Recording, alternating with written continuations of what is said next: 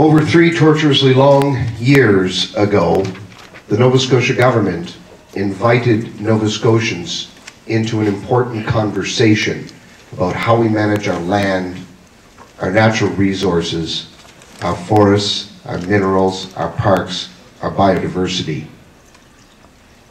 The findings of the Phase 1 public consultation, which involved thousands of Nova Scotians across dozens of meetings across the province, hundreds of written submissions, basically concluded, and I will read their single part of the conclusion, is that across Nova Scotia, a resounding call for change has been voiced.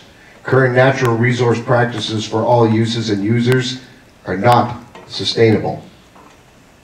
And so, after that year-long process, came this year-long process.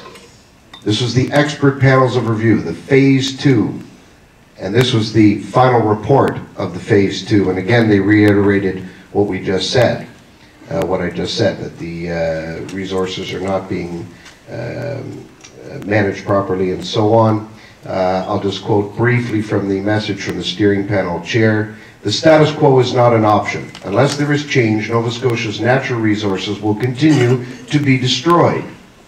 We urge Cabinet to act on the recommendations contained in this report, to seize this opportunity to make a substantial change in how government operates, with an aim to creating a future for natural resources.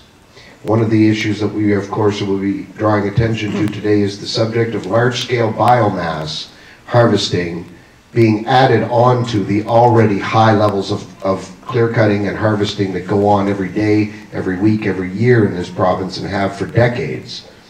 The steering panel said, the panel strongly urges caution in any decision by government to approve use of biomass for power generation. The steering panel advises that the province view the current agreement between Newpage Port Hawkesbury Limited and Nova Scotia Power Inc. as a pilot project, and to carefully monitor the impacts on the forest over time. Over time would take decades to measure, basing future decisions on those findings. It goes on to say, there is ample evidence that our forests are already under considerable stress. Nova Scotia does not have the wood capacity for biomass use to make much of a difference even provincially. It is counterintuitive for the province to protect the environment by cutting down too many trees or reducing the quality of already thin and acidic soils. The province should instead encourage the exploration and expansion of other sustainable methods to generate power, and at the same time, methods to conserve energy and to reduce demand. Biomass does none of that.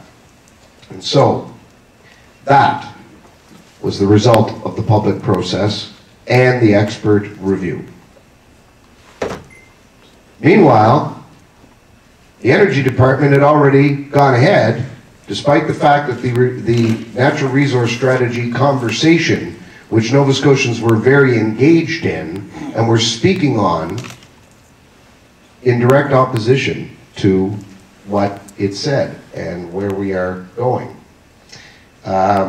With respect to biomass, it allowed for a 1 million ton allocation, despite the fact that it said pending release of the natural resource strategy. Now, the other day the government reduced that to 700,000 wet tons at the stump, or 350,000 dry tons, but that's still way too much. So this plan did recognize that the yet released natural resource strategy may change things. The strategy, of course, has a third phase, a third component, which was due in December. By law, by force of law, it was to be released in December, just like the wetland policy was supposed to be released more than a year ago, and yet deadlines keep being missed. And in the renewable electricity plan, they've recently released the updated and preliminary guide to renewable electricity in Nova Scotia.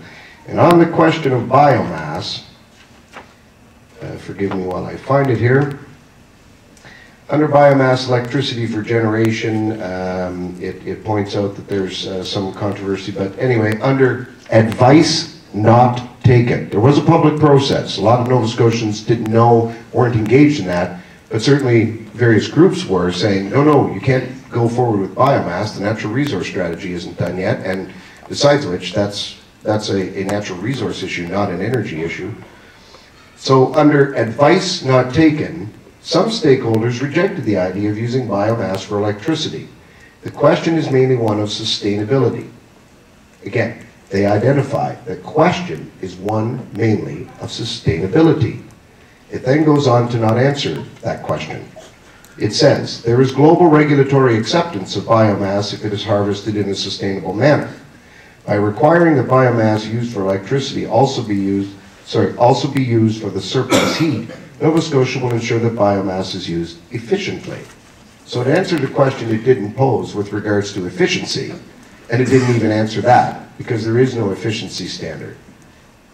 Regardless, it certainly didn't answer the question of sustainability, but it made it clear it was advice not taken.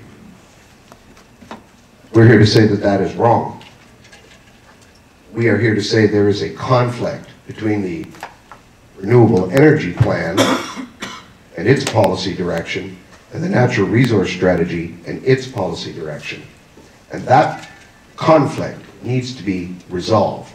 And we point to the natural resources strategy as the place where people have spoken clearly about how they want their natural resources, their forests, wildlife, biodiversity, parks, minerals managed.